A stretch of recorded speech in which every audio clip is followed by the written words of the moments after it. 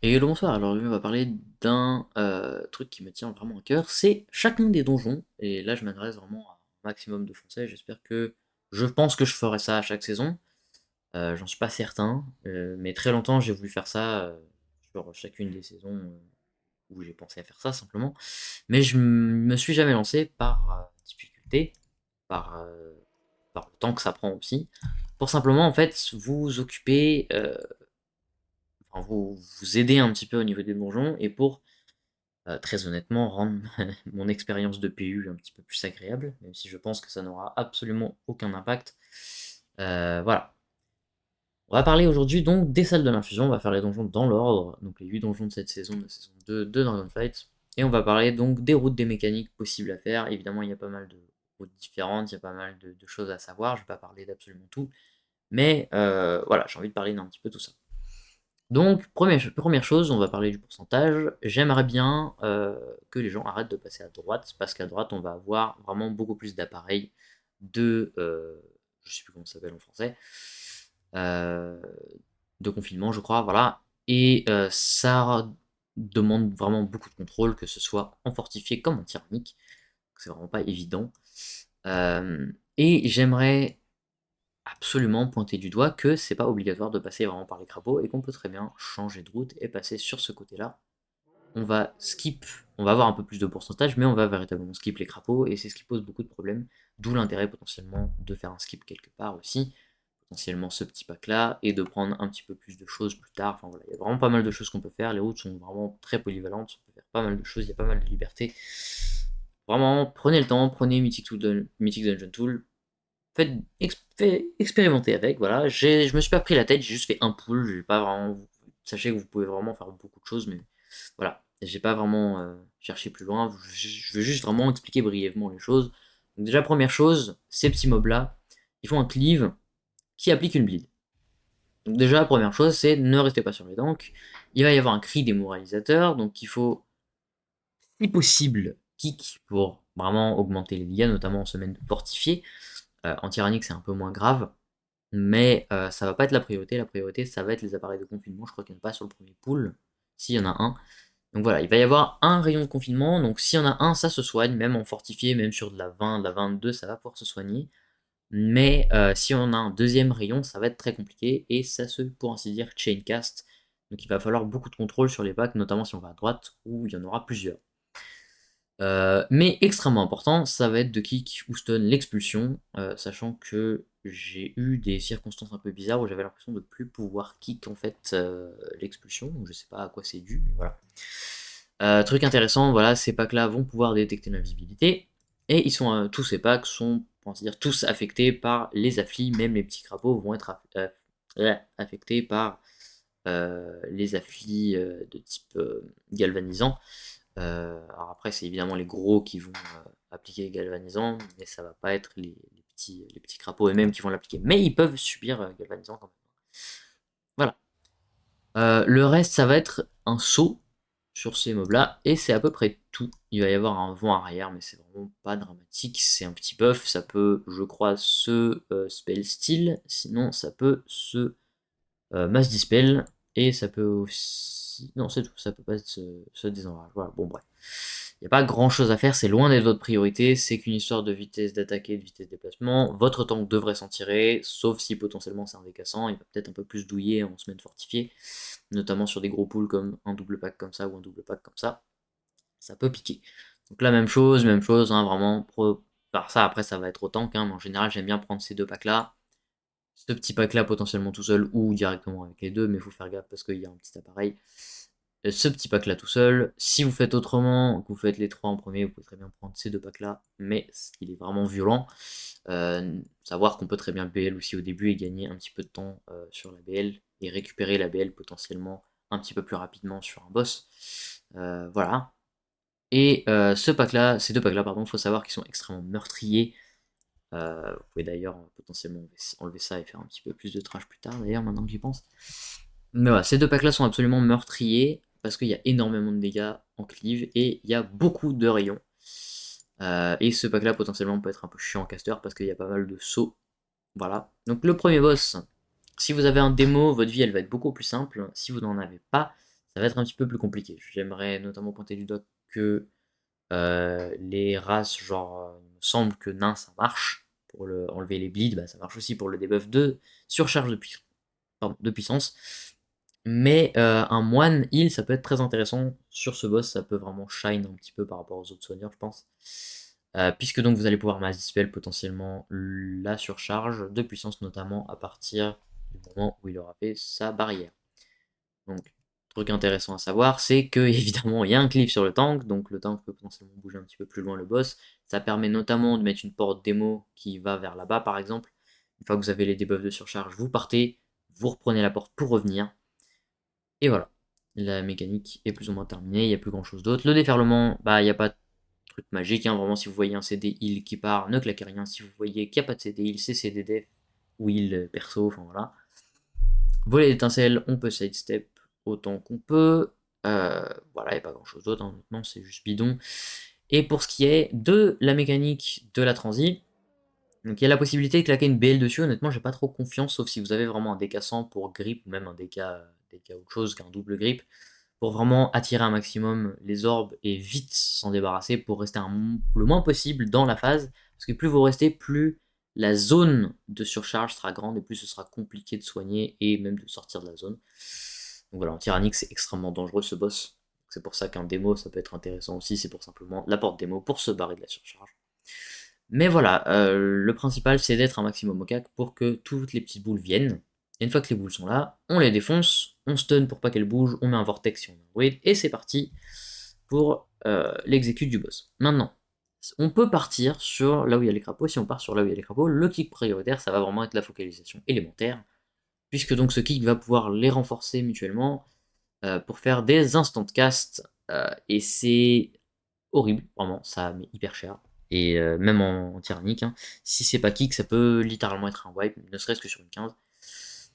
Quitte à ne pas kick le souffle foudroyant, honnêtement, c'est pas dramatique, je préfère vraiment que les gens prennent le réflexe de kick ça. Voilà.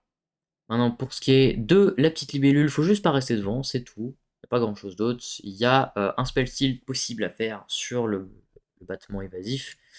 Je sais pas si on peut spell steal, pardon, mais je sais qu'on peut dispel offensif. Alors je sais pas trop quel dispel peut faire pour le coup. N'oublions surtout pas que ce petit Fufu, il voit. Alors pour moi, il est un peu plus proche d'ici. Celui-là n'est pas trop problématique en général si on joue notamment escalier. Pour ce qui est des crapauds, bah vraiment bon courage, hein, il est très compliqué. Réduction de mobilité sur eux et totem ou ruée, ça peut être très intéressant. Voilà. Pour éviter un maximum les problèmes sur ce genre de pack. Je vais enlever ça pour ma route. Voilà. Encore un fufu, deux libellules, et voilà. Ensuite, on a deux casters. Alors, ça, c'est les fufus, mais on va avoir.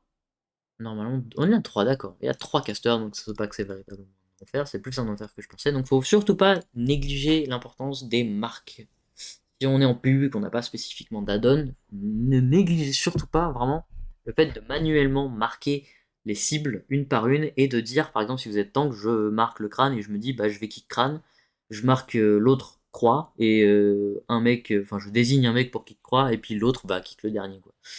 Voilà, sinon c'est ma stun ou stun mono pour vraiment éviter la focalisation en priorité.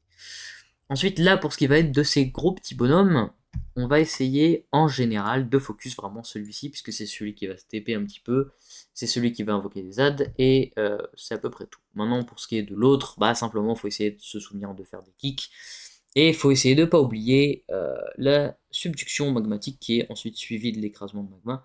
Donc ça veut dire qu'il faut absolument ou dispel si on est une classe extrêmement longue, genre un priest, ou même un paladin, ou même un DK, honnêtement. Et tout de suite après, il faut bouger, donc faut pas non plus négliger le fait de pouvoir voir les debuffs de ses alliés, pour voir qu'il y en a un qui roots et qui va avoir un petit météore qui va lui tomber sur la gueule. Voilà. En fortifié, ce pack est potentiellement possible à BL dessus, honnêtement. Voilà, mais il faut faire attention quand même au crapaud qui est un big heal check. Ensuite, ce que j'ai à dire sur ce petit crapaud, c'est que niveau gobage, quand on est en dessous de 10% des points de vie du boss, on peut potentiellement oublier ça. Surtout si lui il a encore un CD et qu'il y a éventuellement encore des CD def, ça peut être intéressant pour éviter un tank de se faire bump dans l'espace et gagner un petit peu plus d'exécute sur le boss. Voilà, donc encore une fois, ça dépend aussi de tyrannique ou de fortifié. Pour ce qui est donc de la fin excédente, c'est si jamais il n'y a personne qui a été bouffé dans le gobage justement. Croissement, c'est ce qui va être le plus chiant, c'est ce qui va à la fois invoquer les petits bufflons, donc les petits crapauds, et qui va en plus de ça vous faire une quantité de dégâts phénoménale. Voilà. Ensuite, on va avoir donc le debuff des crapauds qu'il faut absolument dispel, donc c'est important d'avoir un paladin, notamment sur ce genre de donjon, ça peut être pratique. D'avoir des immunes, d'avoir vraiment un maximum de dispel, d'avoir un maximum de contrôle aussi, notamment les vortex et les mass stun, ça peut être vraiment très pratique. N'oubliez pas de venir au corps à corps lorsqu'il y a les crapauds pour bait les crapauds au niveau du gobage qui va faire dispawn instant les petits crapauds. Voilà. Coup de bedaine, c'est un saut sur une cible, donc ça sert à rien de bouger à l'avance, faut vraiment bouger au moment où il saute, mais faut être prêt à bouger parce que du coup ça target vraiment sur l'endroit où la personne se trouve. Quitte à pas sauter trop loin pour pas trop faire chier les cacs. Pour ce qui est de l'éboulement, faut juste sidestep, vraiment c'est bidon. Voilà, coup de bedaine encore. Effluve toxique, c'est supposément la mécanique de heal, sauf qu'honnêtement, il n'y a vraiment pas grand chose, c'est juste des dégâts purs, et ça tape moins fort que le croissement. Voilà. Et c'est tout. Il n'y a rien d'autre sur ce boss. Maintenant, sur ces packs là, ça va vraiment être là que le heal va être en sueur, notamment en fortifié. Donc la priorité, ça va vraiment être de défoncer ce petit dragon pour vraiment skip aussitôt que possible le deuxième froid absolu. En sachant que le froid absolu, le debuff de réduction de déplacement, va appliquer des dégâts sur la durée. Donc s'il y a des libertés ou des réductions, enfin des ignores de slow, genre la Tiger Lust en moine, ça peut être intéressant aussi d'avoir ça. Ou sinon en mass dispel de priest. Voilà. Sinon, pour ce qui est du souffle, faut simplement pas rester devant. Il tape relativement fort sur le tank. On n'oublie pas de kick le heal. Et on n'oublie pas de sidestep pour la terre grondante, qu'on ne peut plus kick, qui est d'ailleurs un peu bizarre comme mécanique maintenant. Pour ce qui est de l'orage, faut bouger, hein, simplement, il n'y a pas grand chose. La rafale de vent, faut kick. Et c'est à peu près tout. Et je parle pas du renforcement parce que honnêtement c'est une mauvaise idée simplement de renforcer les dragons. Hein. Sachant que je crois qu'ils ont enlevé le renforcement en clé mythique plus, effectivement je le vois pas trop. Voilà, bon, bah, pas de renforcement, parfait. C'est tout. Du coup, il n'y a rien d'autre sur ces mobs-là. Faut juste savoir vraiment que ça adapte très fort. Sur ce boss, il est extrêmement simple, mais il faut savoir quelques petits tips. C'est que déjà tout est pour ainsi dire chronométré sur ce boss. Donc, dans l'ordre, en général, ça va être l'Orion, into le Cyclone, into Fausse Cachée. Donc ça va être vraiment la rota de base pour ainsi dire qu'il va avoir à chaque fois, sachant que ça peut être enchaîné un Cyclone par un Orion juste après. Et juste après, donc, le pétage du glaçon, il y aura toujours un afflux, et voilà, c'est les mécaniques du boss. Il y a des ticks constants sur le groupe, puisque désormais Blizzard aime bien faire ce genre de boss où il y a des dégâts constants sur des boss. Je sais pas pourquoi ils ont décidé de faire ça, au lieu de laisser le heal pouvoir taper un peu tranquillement, mais bon. Voilà, donc, ceci étant dit, on doit absolument bait les cyclones là où il y a ou pas de glaçon, ou alors là où il y a un glaçon qui est fêlé, mais il faut qu'il y ait personne à côté, sinon le glaçon quand il se pète, bah il pète littéralement autour de 12 mètres, et ça met des dégâts absolument titanesques, c'est du one shot en clé, il faut pas rester à côté. Voilà. Le tank peut rester à côté, l'Orion Givre n'est vraiment pas dramatique, ça fait un petit burst de dégâts quand même, faut pas négliger en tant que les CDDF plus ou moins on CD, hein, vraiment. Et le cyclone, encore une fois, faut juste pas rester devant, faut le bait comme il faut. Et voilà, donc faut faire attention si jamais il y a deux glaçons côte à côte, s'il y en a un qui est cassé et l'autre qui n'est pas cassé, s'ils sont vraiment très proches, ne vous cachez pas derrière un glaçon qui n'est pas pété, si à côté il y en a un qui est un peu fêlé, ça peut potentiellement être un wipe aussi, puisque encore une fois, un glaçon qui est terminé, qui explose vraiment, bah il explose littéralement autour de 12 mètres, et c'est du one shot, voilà. Pour ce qui est de l'afflux, bah simplement éviter, hein, c'est Kurog littéralement, pas compliqué. Et voilà, c'est tout, il n'y a pas d'autre mécanique sur ce boss. Ah, ensuite, les packs d'après, alors ils ont été incroyablement nerfs entre le Mythic 0 et le Mythic Plus. Donc il va y avoir la divergence des marées qui est à stun au niveau de l'exécute. Je crois que ça peut se faire, il me semble que c'est un cast, oui voilà, c'est un cast. Donc ça peut se stun, surtout pas hésiter. Et pour ce qui est de la rage, honnêtement, c'est pas très grave si c'est pas kick. honnêtement, 50% sur le tank, ça se sent pas trop, il n'y a pas beaucoup de dégâts. Sauf si vous êtes un moine, potentiellement, pour le coup, ça, un hit qui passe, ça peut vraiment te défoncer, même en décassant, ça peut vraiment taper. Voilà. Globalement, voilà, du stun de masse et du gros dégâts, ça suffit. Du kick sur le heal et sidestep sur ça. Il y a plusieurs mécaniques, il y a plusieurs stratégies au niveau de spawn. Moi, ce que j'aime bien faire en tank, par exemple, c'est de prendre vraiment le dragon, ce gros pack et ça, avoir tous les CD qui reviennent en général après le boss, notamment fortifié, on récupère les CD en général, c'est que en tyrannique qu'on les récupère pas puisqu'on les claque une deuxième fois souvent. Donc voilà. En général, ce que je fais, c'est que je pull tout ça, je les mets à peu près au milieu et je laisse tous les distants et tous les DPS se cacher vraiment derrière un poteau et c'est le tank qui bouge d'un côté à un autre. Voilà, et c'est hyper dangereux vraiment comme pack quand on est un cac, donc faut vraiment faire très attention à ne pas être sur le tank, notamment quand il y a le dragon, et faut un big heal pour les dégâts du proto. Voilà. Et ensuite, les derniers packs sont relativement free, en général ce que j'aime faire, c'est littéralement pull tout ce qui reste. Sinon, l'autre possibilité, c'est de faire ces deux packs tout seul et de pull dragon plus tout le reste, mais c'est un petit peu plus compliqué. En tyrannique, c'est potentiellement ce qu'il faut faire, je pense. Sachant que voilà, du coup, il n'y aura plus de CD sur ça, c'est tranquille, ça se fait, c'est juste au heal de gérer.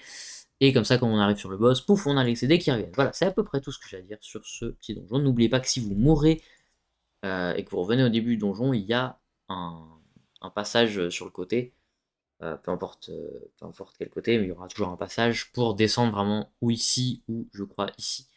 Et ça vous donnera de la movement speed pour vite fait revenir là-bas. Voilà, c'est tout ce que j'ai à dire sur les salles de l'infusion. Au niveau des afflis, je pense qu'il n'y a pas grand chose d'autre à dire. Honnêtement, il n'y a pas d'affli trop handicapante. Je sais que le route peut être un petit peu chiant. Je sais que l'affli qu'il y aura au niveau des heals, la flic qui aura heal sur ce boss potentiellement peut être un petit peu handicapante, notamment même ce boss, honnêtement. Et pour ce qui est de la flic à kick, je pense que ça peut être un petit peu handicapant sur le début du donjon, mais autrement, ça devrait pas être trop problématique. Les afflis sont relativement tranquilles. Voilà. Salut tout le monde, bye.